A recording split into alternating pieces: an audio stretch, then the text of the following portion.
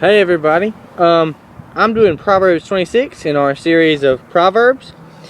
So, if y'all would turn to me there, I really just want to focus on one thing. One thing that kind of stuck out to me, because the proverb itself is pretty straightforward. It's talking about the fool and the sluggard, and just how you can't argue with fools. But there's one little thing in there that's kind of tricky, and it's in verses 3, 4, and 5. So, if we could just go into that. Verse 3. A whip for the horse, a bridle for the donkey, and a rod for the back of fools.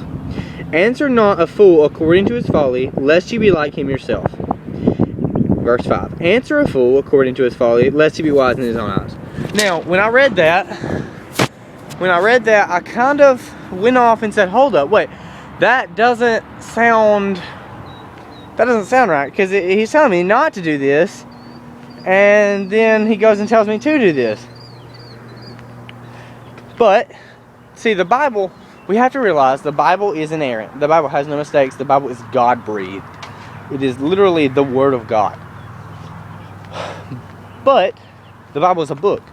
It's literature is what it is. So, we have to acknowledge that there are literary devices in the Bible.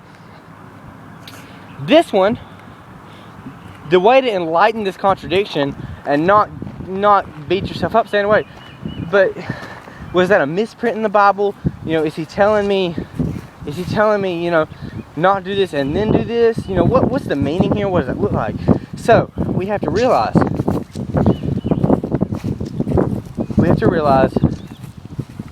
to look for literary devices. Now, the Hebrew language is a very emotional language. It's a language where hyperbole is used a lot of the time. Saying, oh God, why have you forsaken me? And just using the feelings of things like that.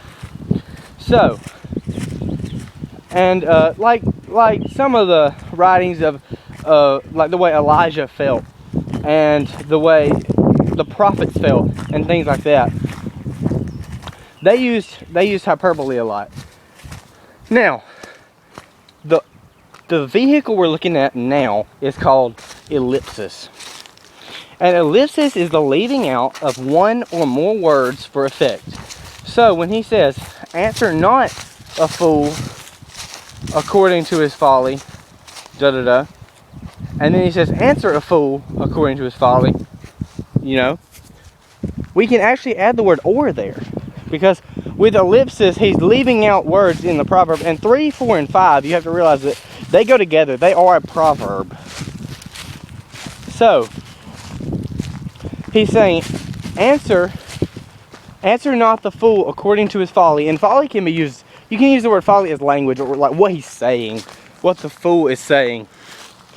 And answer him not according to his folly. And he's basically saying, if you don't answer him, if you argue with him, he's gonna think that that you're wrong and he's right. And you just can't win because he thinks he's right, and he's so stuck up that he thinks that everything he does is the right way, and there's no other way but his. And then he goes on to say, answer a fool according to his folly, and you become like him. Like he says, lest he be wise in his own eyes. So, if you answer a fool according to his folly, he's going to think he's right. If you argue with him, he's going to argue his side until he dies, until he just can't speak anymore, and he's old, and he's like 80. But if you just say, yeah, if you agree with him, then he thinks he's right. So you can't win with the fool. And that's basically what that proverb is saying. So, let's go back through it. Let's go back through it here. He's saying in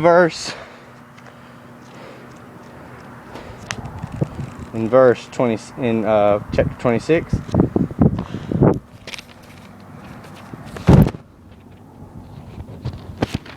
He says,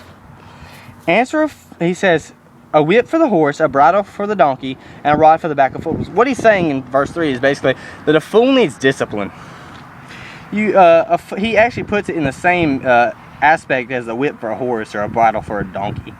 And he says, you know, I mean, you may have to slap them around a little bit, but they got to get the picture. And then he says, then he gives instruction on how to handle the fool. He says, answer not a fool according to his folly, lest you be like him yourself. Or, answer a fool, and I added the or there, or answer a fool according to his folly, and he's wise in his own eyes, or he thinks he's right. So, with that, we kind of raise the question, how do we go about the fool?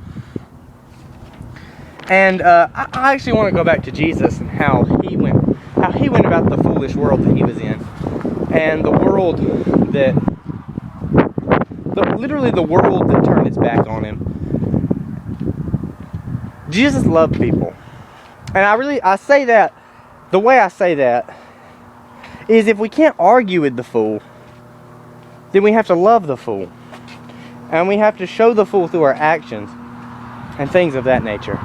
So, just something to ponder about. Going back, just the literary devices to add to your studying, really look into things.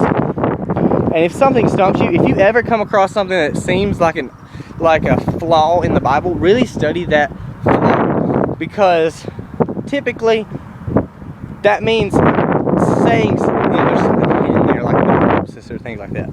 So I will see you all again on May 8th. Continue studying until then, and I will be doing Proverbs 8. So continue studying, and you'll have a great rest of the day, or whatever time you're seeing this.